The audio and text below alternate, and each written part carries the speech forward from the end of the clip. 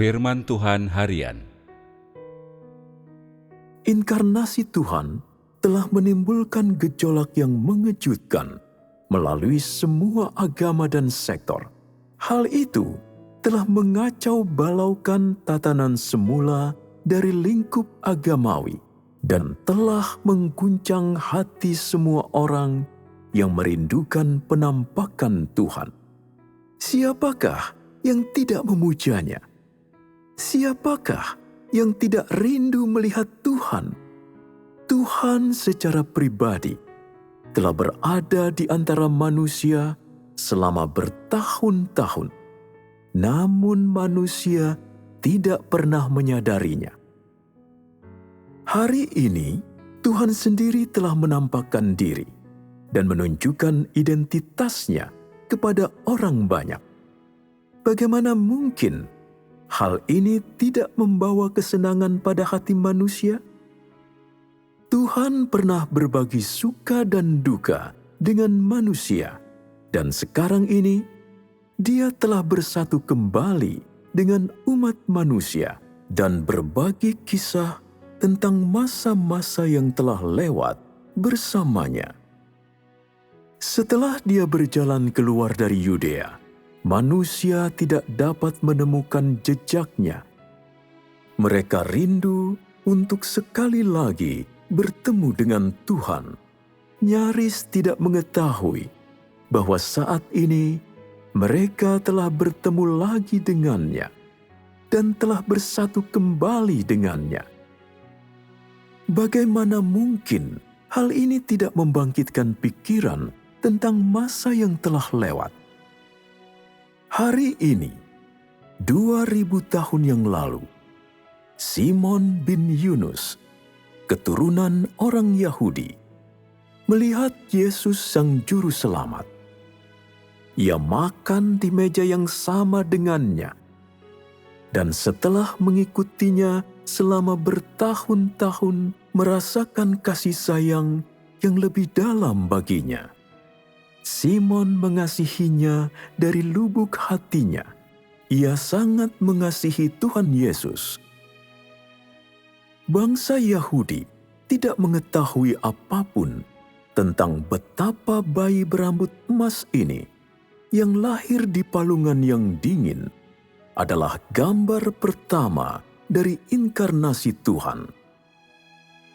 Mereka semua mengira bahwa Dia sama dengan mereka. Tidak seorang pun menganggapnya berbeda. Bagaimana mungkin manusia mengenali Yesus yang normal dan biasa ini? Orang Yahudi menganggapnya sebagai anak Yahudi dari zaman itu. Tidak ada yang memandangnya sebagai Tuhan yang indah, dan manusia tidak melakukan apapun selain secara membabi buta mengajukan tuntutan terhadapnya, meminta agar Dia memberi kepada mereka kasih karunia yang kaya dan berlimpah, kedamaian dan sukacita. Mereka hanya tahu bahwa, seperti seorang miliuner, Dia memiliki apa saja yang mungkin diinginkan orang. Tetapi manusia tidak pernah memperlakukan Dia sebagai seorang yang terkasih. Manusia pada waktu itu tidak mengasihinya, hanya memprotesnya dan mengajukan tuntutan-tuntutan yang tak masuk akal kepadanya. Dan Dia tidak pernah melawan, terus-menerus memberikan kasih karunia kepada manusia, meskipun manusia tidak mengenalnya. Dia tidak melakukan apapun kecuali secara diam-diam memberikan kehangatan, kasih, dan belas kasihan. Bahkan terlebih lagi, Dia memberi kepada manusia cara-cara penerapan yang baru, memimpin manusia keluar dari ikatan hukum Taurat. Manusia tidak mengasihinya ia semata-mata iri kepadanya dan mengenali talenta-talentanya yang luar biasa. Bagaimana mungkin umat manusia yang buta mengetahui betapa besar penghinaan yang diderita oleh Yesus Juru Selamat yang indah ketika Dia datang di antara umat manusia? Tidak seorang pun mempertimbangkan kesusahannya. Tidak seorang pun mengetahui tentang kasih-Nya kepada Bapa. Dan tidak seorang pun bisa mengetahui kesepiannya. Meskipun Maria adalah ibu yang melahirkannya, bagaimana mungkin ia mengetahui pikiran-pikiran di dalam hati Tuhan Yesus yang penyayang? Siapakah yang mengetahui penderitaan tak terkatakan yang ditanggung Anak Manusia? Setelah mengajukan permintaan-permintaan kepadanya, manusia pada zaman itu dengan sikap dingin menempatkan Dia di bagian belakang dari pikiran mereka dan membuangnya keluar. Jadi, Dia mengembara di jalan-jalan, hari demi hari, tahun demi tahun, berkelana selama bertahun-tahun, hingga Dia hidup selama 33 tahun yang sulit, tahun-tahun yang panjang dan sekaligus singkat. Ketika manusia membutuhkannya, mereka mengundangnya ke dalam rumah mereka dengan wajah penuh senyuman, mencoba untuk mengajukan tuntutan kepadanya. Dan setelah Dia memberikan sumbangsihnya kepada mereka, mereka segera mendorongnya keluar dari pintu. Manusia memakan apa yang disediakan dari mulutnya. Mereka meminum darahnya. Mereka menikmati kasih karunia yang dilimpahkannya kepada mereka. Namun mereka juga menentang Dia, karena mereka tidak pernah mengetahui siapa yang telah memberi mereka kehidupan. Pada akhirnya, mereka memakukannya di atas kayu salib. Namun tetap saja Dia tidak bersuara. Bahkan hingga saat ini, Dia tetap bungkam. Manusia memakan dagingnya. Mereka memakan makanan yang dibuatnya bagi mereka. Mereka menempuh jalan yang telah dibukakannya bagi mereka. Dan mereka minum darahnya, namun mereka tetap berniat untuk menolaknya. Mereka sesungguhnya memperlakukan Tuhan yang telah memberi mereka kehidupan sebagai musuh, dan sebaliknya memperlakukan orang-orang yang adalah budak sama seperti mereka sebagai Bapa surgawi. Dalam hal ini, bukankah mereka dengan sengaja menentang Dia? Bagaimana Yesus mati di kayu salib? Apakah engkau tahu? Bukankah Dia dikhianati oleh Yudas yang paling dekat dengannya dan yang telah memakannya, meminumnya, dan menikmatinya? Bukankah alasan pengkhianatan Yudas adalah karena Yesus tidaklah lebih dari seorang guru biasa yang tidak penting? Jika manusia benar-benar memahami bahwa Yesus itu luar biasa dan pribadi yang berasal dari surga, bagaimana mungkin mereka memakukannya hidup-hidup di kayu salib selama 24 jam hingga tidak ada napas yang tersisa di dalam tubuhnya? Siapakah yang bisa mengenal Tuhan? Manusia tidak melakukan apapun selain menikmati Tuhan dengan keserakahan yang tak terpuaskan, tetapi mereka tidak pernah mengenal Dia. Mereka diberi sedikit, tetapi telah mengambil sangat banyak. Dan mereka membuat Yesus sepenuhnya taat pada perintah mereka, kepada instruksi mereka. Siapakah yang pernah menunjukkan jalan belas kasih terhadap anak manusia ini yang tidak memiliki tempat untuk meletakkan kepalanya? Siapakah yang pernah berpikir untuk menggabungkan kekuatan dengannya demi menggenapi perintah Bapa? Siapakah yang pernah memikirkan dirinya? Siapakah yang pernah bertenggang rasa terhadap kesulitan-kesulitannya? Tanpa kasih sedikit pun, manusia menghempaskan Dia ke depan dan ke belakang. Manusia tidak tahu dari mana asalnya terang dan kehidupannya, dan tidak melakukan apapun, kecuali secara diam-diam merencanakan untuk bagaimana sekali lagi menyalibkan Yesus dari 2000 tahun yang lalu, yang telah mengalami penderitaan di antara manusia. Apakah Yesus benar-benar membangkitkan kebencian semacam itu?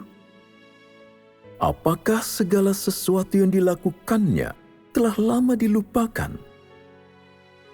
Kebencian selama ribuan tahun yang melebur menjadi satu, akhirnya tersembur keluar. Engkau semua yang serumpun dengan orang Yahudi, kapankah Yesus pernah memusuhimu sehingga engkau harus begitu membencinya? Dia telah berbuat begitu banyak dan berbicara begitu banyak. Bukankah itu demi kebaikanmu? Dia telah menyerahkan nyawanya bagimu tanpa meminta imbalan apapun. Dia telah memberikan kepadamu seluruh dirinya. Apakah engkau benar-benar masih ingin memakannya hidup-hidup? Dia telah memberikan seluruh dirinya kepadamu tanpa menahan apapun, tanpa pernah menikmati kemuliaan duniawi, kehangatan di antara manusia, kasih di antara manusia, atau semua berkat di antara manusia. Manusia sangat jahat kepadanya. Dia tidak pernah menikmati semua kekayaan di bumi. Dia mengabdikan seluruh hatinya yang tulus dan penuh gairah kepada manusia. Dia telah mengabdikan seluruh dirinya kepada umat manusia. Tapi siapakah yang pernah memberi dia kehangatan? Siapakah yang pernah memberi dia kenyamanan? Manusia telah memberikan tekanan yang sangat besar kepadanya. Ia telah memberikan semua kemalangan kepadanya. Ia telah memaksakan pengalaman yang paling nahas di antara manusia baginya. Ia menyalahkan dia atas semua ketidakadilan, dan dia menerimanya tanpa sepatah kata pun. Pernahkah dia memprotes siapapun? Pernahkah dia meminta sedikit balasan dari siapapun? Siapakah yang pernah menunjukkan simpati kepadanya? Sebagai manusia normal, siapakah dari antaramu yang tidak memiliki masa kecil yang romantis? Siapakah yang tidak memiliki masa muda yang penuh warna? Siapakah yang tidak memiliki kehangatan dari orang-orang terkasih? Siapakah yang tanpa kasih dari kerabat dan teman? Siapakah yang tidak mendapatkan rasa hormat dari orang lain? Siapakah yang tanpa keluarga yang penuh kehangatan? Siapakah yang tidak mendapatkan kenyamanan dari orang kepercayaan mereka? Lalu, apakah dia pernah menikmati semua ini? Siapakah yang pernah memberinya sedikit kehangatan? Siapakah yang pernah memberinya sedikit kenyamanan? Siapakah yang pernah menunjukkan sedikit moralitas manusia kepadanya? Siapakah yang pernah bertenggang rasa terhadapnya? Siapakah yang pernah bersamanya selama masa-masa yang sulit? Siapakah yang pernah melewati kehidupan yang sulit bersamanya? Manusia tidak pernah mengendurkan tuntutan mereka kepadanya. Ia semata-mata mengajukan tuntutan kepadanya tanpa keraguan, seolah-olah setelah datang ke dunia manusia, dia harus menjadi lembu atau kudanya manusia, tawanan manusia, dan harus memberikan seluruh dirinya kepada manusia. Jika tidak, manusia tidak akan pernah mengampuninya, tidak akan bersikap lemah lembut kepadanya, tidak akan pernah menyebutnya Tuhan, dan tidak akan pernah memberikan penghargaan yang tinggi kepadanya. Manusia terlalu keras dalam sikapnya terhadap Tuhan, seolah-olah ia berniat menyiksa Tuhan sampai mati. Baru setelah itu, ia akan mengendurkan tuntutannya kepada Tuhan. Jika tidak, manusia tidak akan pernah menurunkan standar tuntutannya kepada Tuhan. Bagaimana mungkin manusia seperti ini tidak dibenci oleh Tuhan? Bukankah itu tragedi pada zaman sekarang? Hati nurani manusia tak tampak dimanapun. Ia terus mengatakan bahwa ia akan membalas kasih Tuhan, tetapi ia membedah Tuhan dan menyiksanya hingga mati. Bukankah ini adalah resep rahasia imannya kepada Tuhan yang diwariskan dari leluhurnya? Tidak ada tempat di mana orang Yahudi tidak ditemukan, dan pada masa kini mereka masih berbuat hal yang sama. Mereka masih melakukan pekerjaan yang sama, menentang Tuhan, namun yakin bahwa mereka sangat meninggikan Tuhan. Bagaimana mungkin mata manusia sendiri mengenal Tuhan? Bagaimana mungkin manusia yang hidup dalam daging memperlakukan Tuhan yang berinkarnasi dan berasal dari Roh sebagai Tuhan? Siapakah di antara manusia yang bisa mengenal Dia?